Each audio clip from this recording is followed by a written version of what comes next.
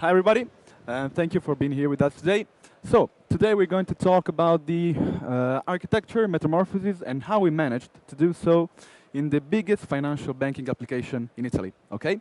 So, just a brief summary on what we're going to see today.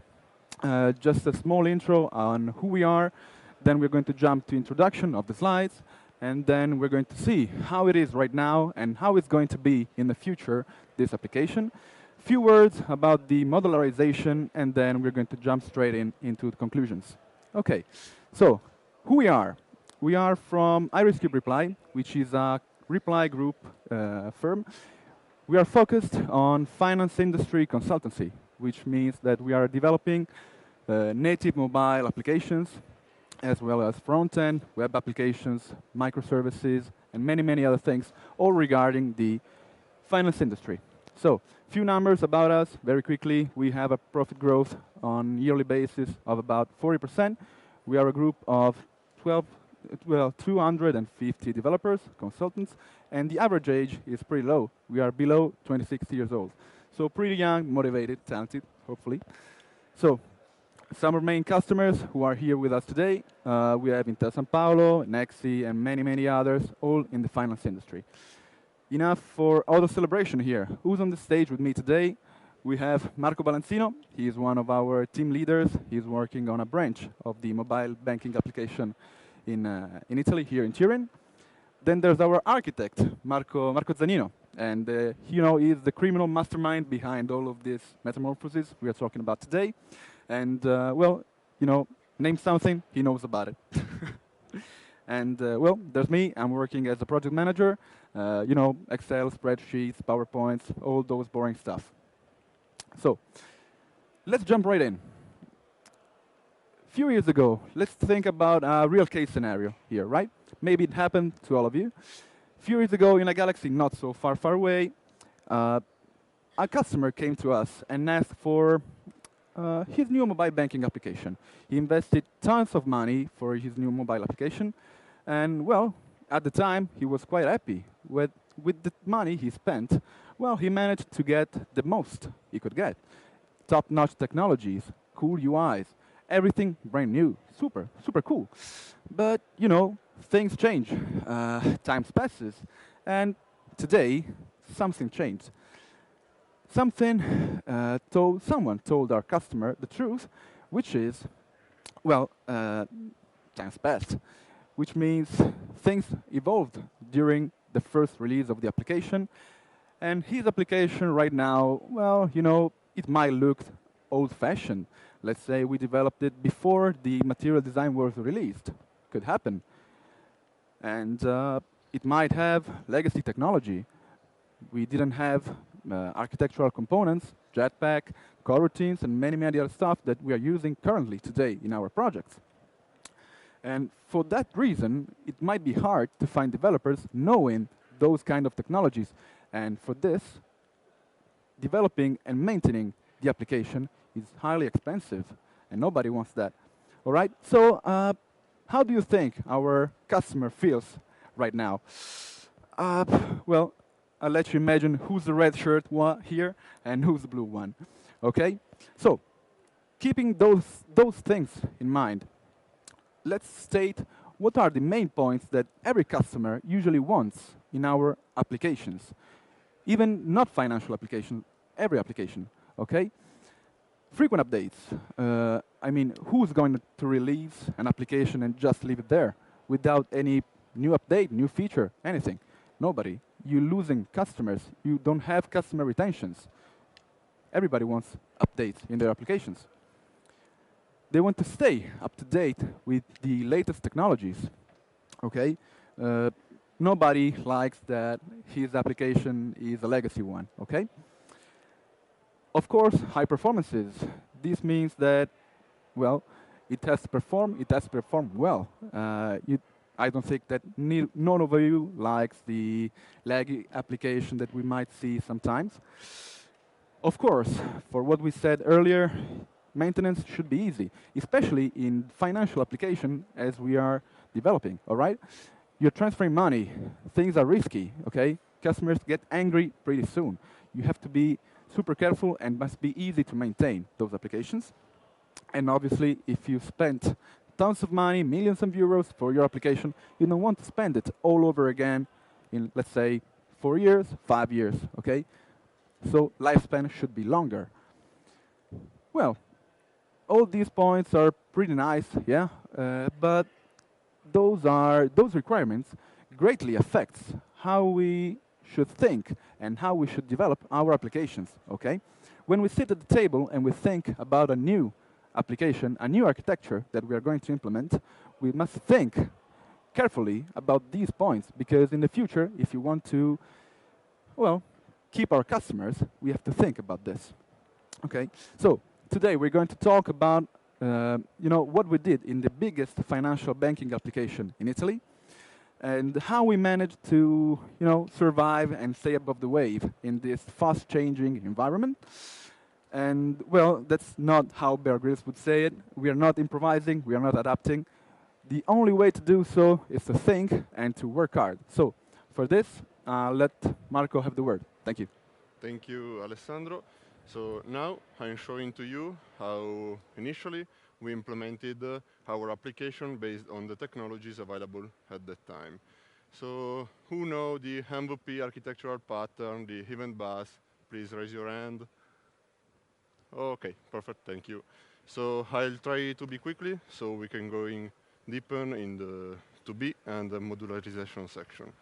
So at the beginning, we decided to use the MVP architectural pattern because we thought that it was the best one available at that time for our purposes.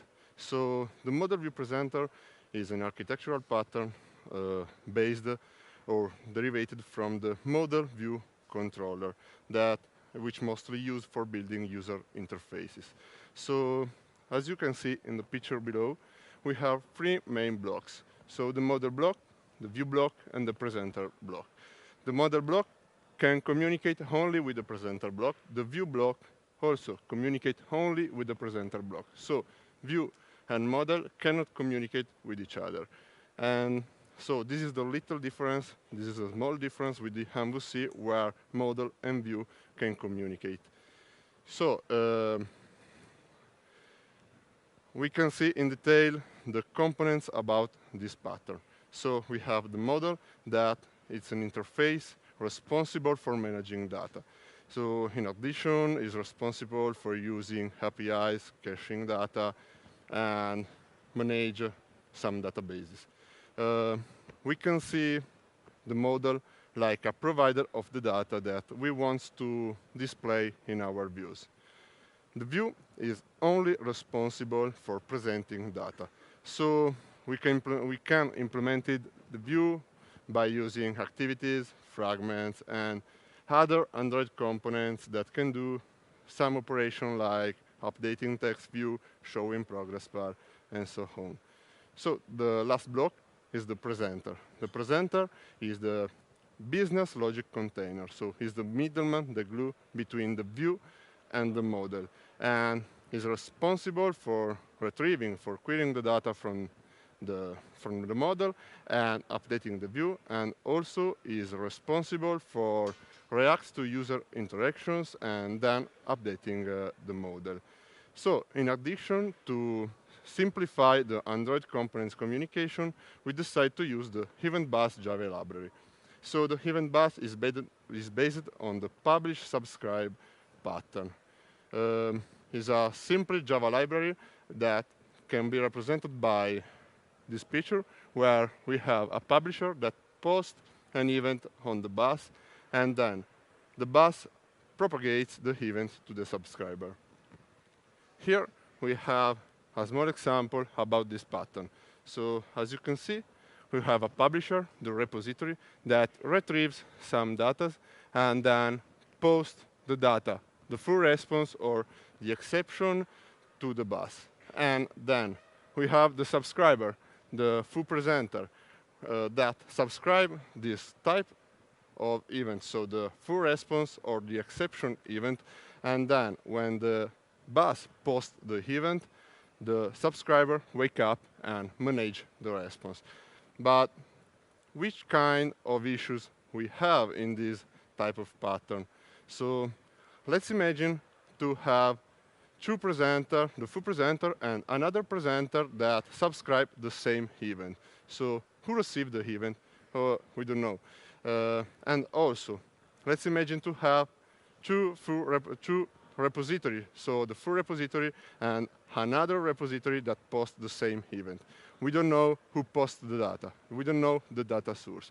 So based on this aspect and based on our experience, we can say that with this library, we have some advantages and some negative aspects. So the pros aspects are that you can decouple the senders and the event receiver events. So you can simplify the listener-based architecture. And also, you can change the event thread by avoiding UI blocks. UI blocks, yes, sorry.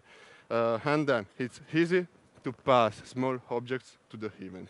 But the negative aspects are that is if you have a large use of this library in your application, you make your code more unreadable and more untestable.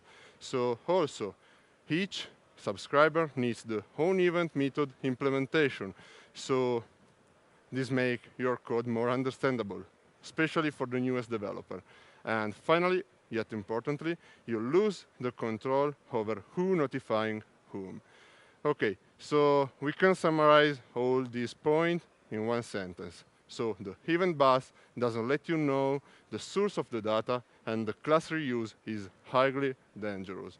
And based on this sentence, based on our experience with this library, and based also with the need to reuse some existing class in our project for developing new feature, okay, we decide to put aside the EventBus library and to migrate to RX Java. RX Java is a Java reactive programming library, and so the reactive programming is based on the event propagation. And then we can identify two main subjects in this type of pattern, the observer and the observable. The observable are the emitter of the data, so emits the event. And for example, post a result from a network call. And the subscriber, the observer, consume the event emitted by the observable.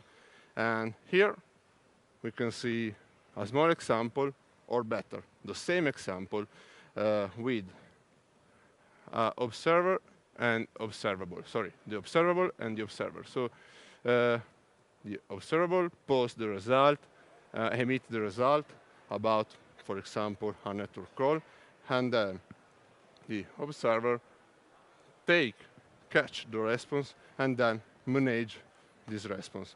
The difference is that the code is more readable, more concise, but the main aspect is that you know who posts the result and you know who receives the result. Because we observe a specific instance about the single, and then we can manage the specific response, the full response or the exception response. So I have a question. How can we improve our application? So I think that's not all.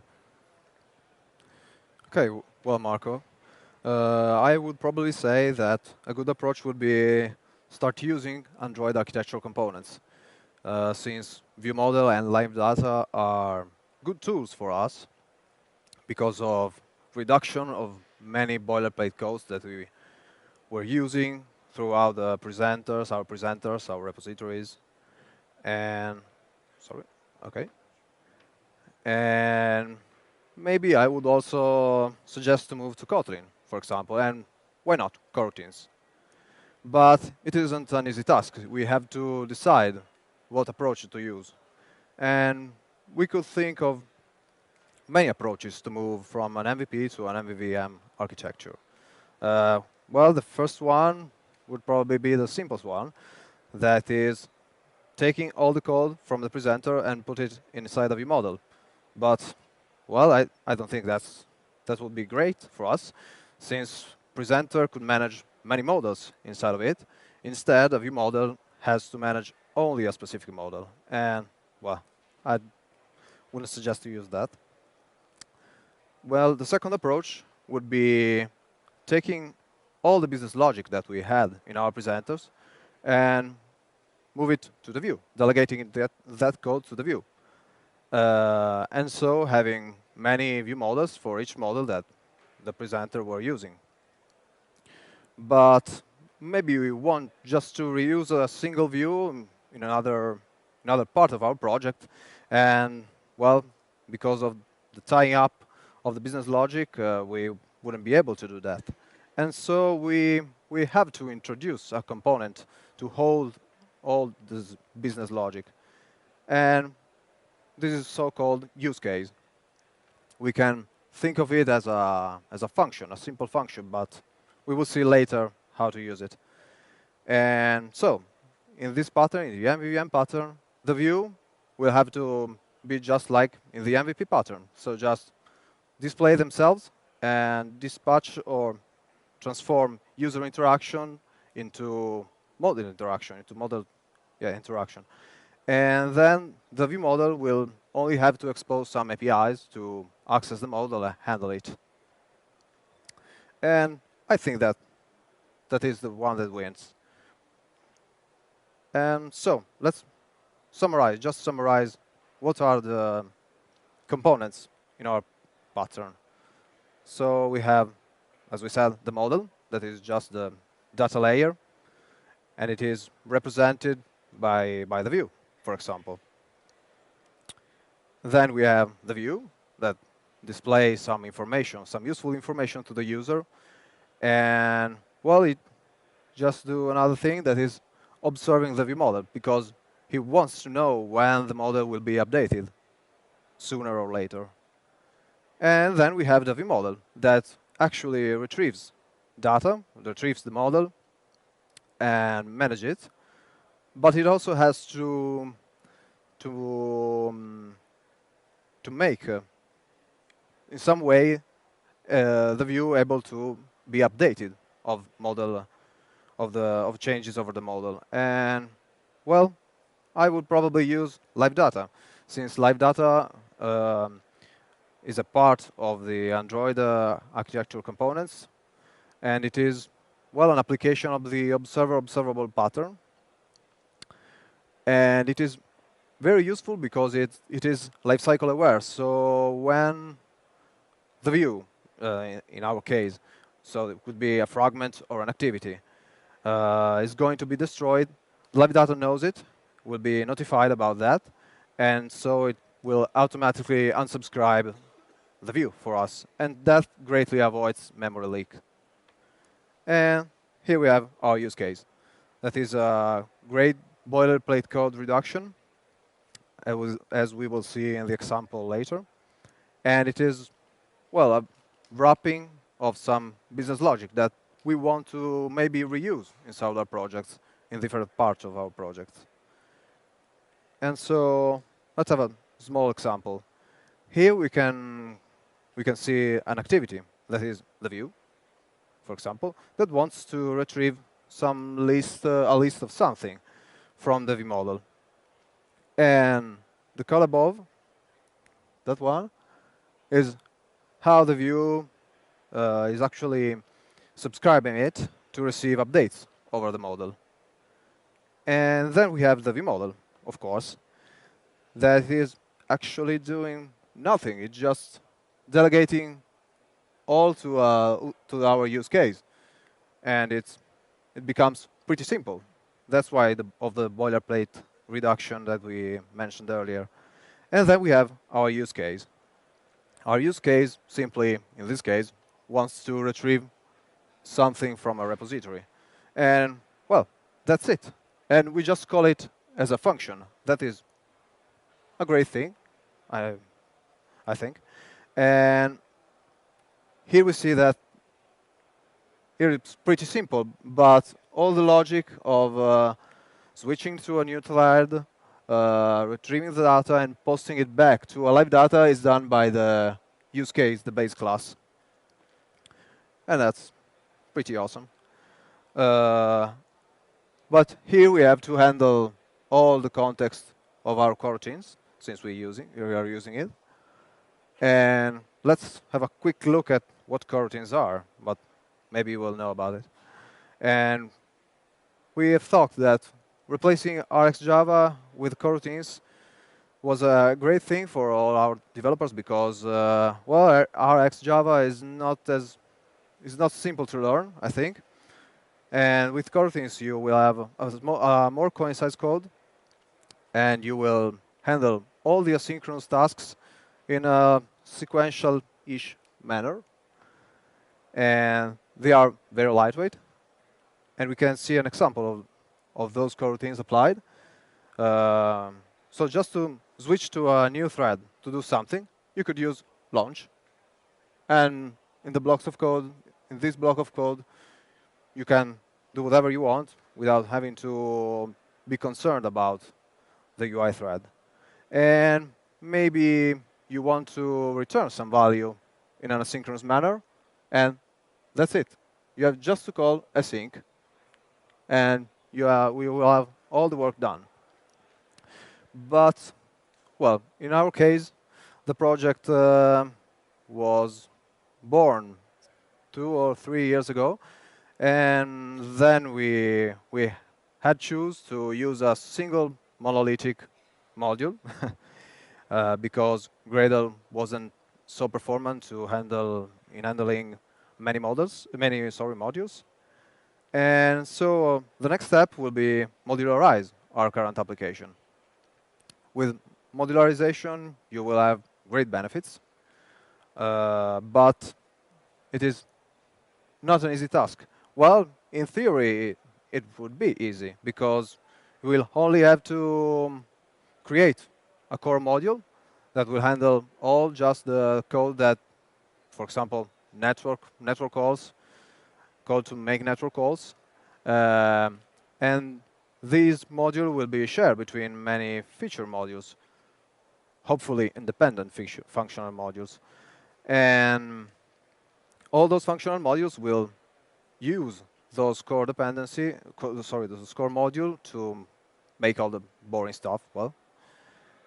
And then we need something to connect all those independent modules, and that is the app module that will have to handle all the navigation between those functional modules. Well, in theory, it's pretty simple, but how can we manage this in practice? So maybe one approach would be start smashing all what we have, our code base, into single pieces. Like a monkey would do that? Maybe that isn't so great. We have to carefully think how to manage this. Here in the picture, we can see how we managed to do that in one of our projects, and that is, well, you have a long list of modules, indeed, and well, but we can actually see that we have put aside our network layer. Here, maybe you can't see it there, but it will be also present a security layer for our case. And then we have many functional modules. For example, well, the login modules. But we decided to split, to make a fine-grained splitting of a functional module in two separate pieces. So the module that will wrap all the domain layer, the data layer, and another module that will contain only the UI components.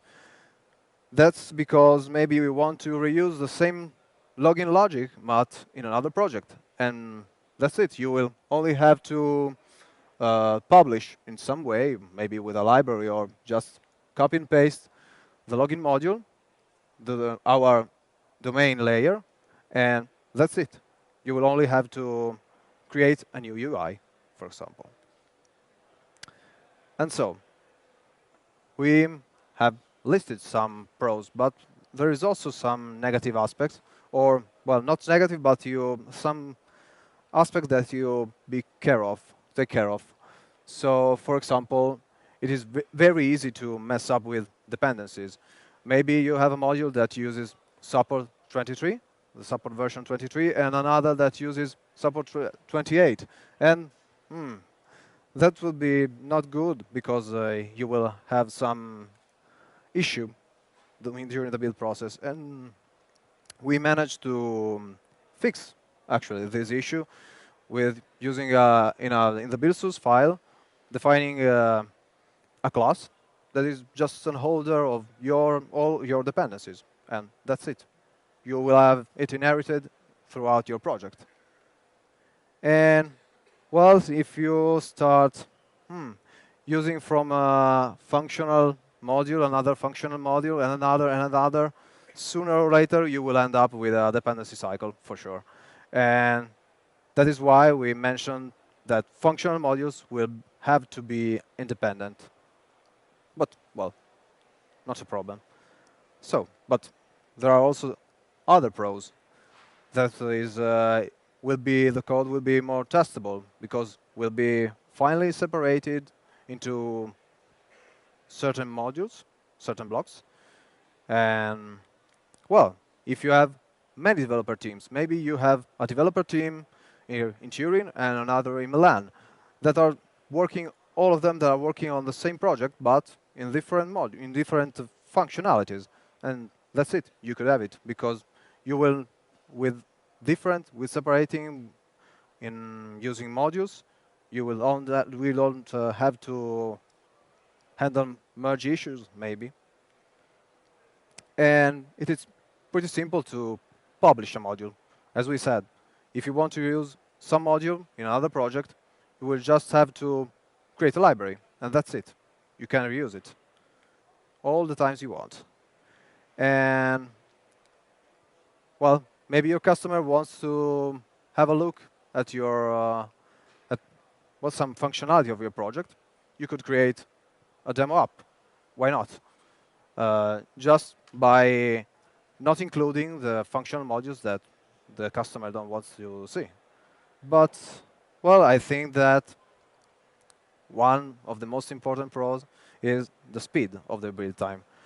With a monolithic module, our build time was 10 to 20 minutes, yeah, or so. But using a multi-module, the build time has decreased of, well, many times. And, well, the good old times when we started a build just to relax. But that will be no more with our improvements, with these improvements in mind. And so, just to conclude. Okay. Jumping straight to conclusions. What we learned today, okay, in this topic. Well, first of all, thank you for your attention. And, well, first point that we learned and we take home with us is that MVVM can successfully be used in large financial application as we do currently in our projects, but that can be, in any projects that we might think of. The second point is the most shocking one that when I first heard about it, I was saying, okay, no, we cannot do this at all. In fact, we managed to do so. So we managed to successfully migrate from a pattern to one another. It was not an easy task, all right? It was not a 2 days work, but it's not impossible. So next time your customer asks you something like this, be aware that somebody did so, and don't worry, it can be done, all right? Third point, obviously, since based on what we know now, all our future applications will be based on this pattern and all the components that Marco said, all right? And I heard in other talks that many other speakers talked about the modularization. We didn't know about that, but it's a pretty fine thing, all right? We dropped the time build from 20 to 3 minutes, all right? This is a huge save of time and money, okay? And based on this, if you remember the first 5 points we talked about in the introduction, you know, the 5 things that our customer wants when we build an application for them. Well, I think that this way we managed to fulfill all their dreams. We are saving money, they are saving money, they're not having a legacy application, and well, if everybody is saving money, I think that everybody's happy, okay? So, thank you for your attention. We couldn't dive in the code, in the technical details too much because of the time we have. So if you have any question, please feel free to ask to us right now. Otherwise, you can find us in the golden sponsor area right at the center, and we'll be happy to answer all your questions. Thank you.